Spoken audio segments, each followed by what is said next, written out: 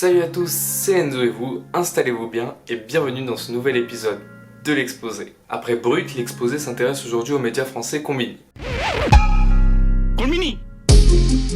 Konbini est un média en ligne français créé en 2008 à Paris par deux entrepreneurs, David Creusot et Lucie Bedet. Ils disposent des bureaux à Paris, au Nigeria, mais également en Suisse de la période 2017 à 2019.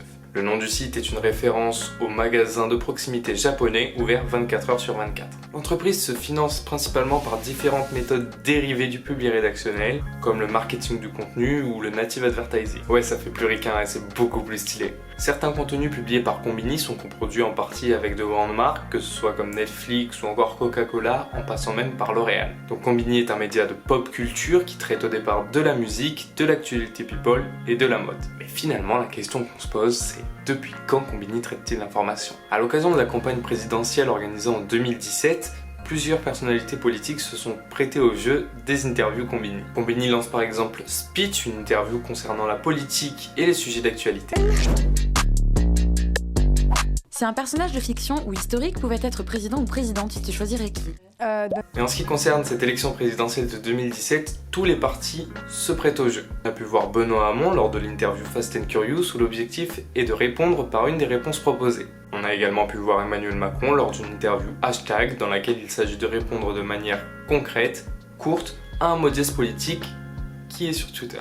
Mais Konbini, comme on l'a dit tout à l'heure, est un média également de pop culture. Ces journalistes suivent des rappeurs tels que Big Flo et Oli ou encore lors de l'album Très Organisé, tout le collectif autour de Jul. Ils étaient beaucoup, oui. Ils étaient vraiment beaucoup. C'est incroyable.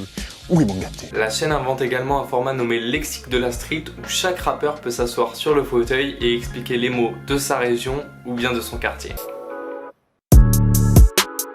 La VV, c'est faire tout ce que tu veux, tu vis la vraie vie, t'as capté ou pas, t'es en VV, tout ce que tu veux faire, tu le fais, c'est ça la VV. Les formats originaux, tels que l'interview sandwich ou l'interview BFF, sont des formats qui laissent les personnalités dans des situations où on n'a pas l'habitude de les voir. Par exemple, on a pu voir Thierry Ardisson lors de l'interview sandwich, ou même encore François Hollande. On peut également parler de True Story, No Filter, Fast Live, Behind the News, ou encore la Love Interview. Bref, plein de concepts pour être au cœur de l'actualité et surtout aux côtés des talents émergents. Mais Konbini finalement en chiffres ça donne quoi? Konbini c'est 2,4 millions d'abonnés sur Instagram, 1,56 millions sur YouTube et 2,3 millions de visiteurs sur leur site internet ce mois-ci. La chaîne YouTube sort une vidéo tous les jours à 18h30 et cumule un nombre de vues pharaonique. Le chiffre s'élève à 754 149 803 vues. J'espère que cette vidéo vous aura plu, n'hésitez pas à vous abonner, à lâcher le petit like et à me dire en commentaire si vous aimez Konbini.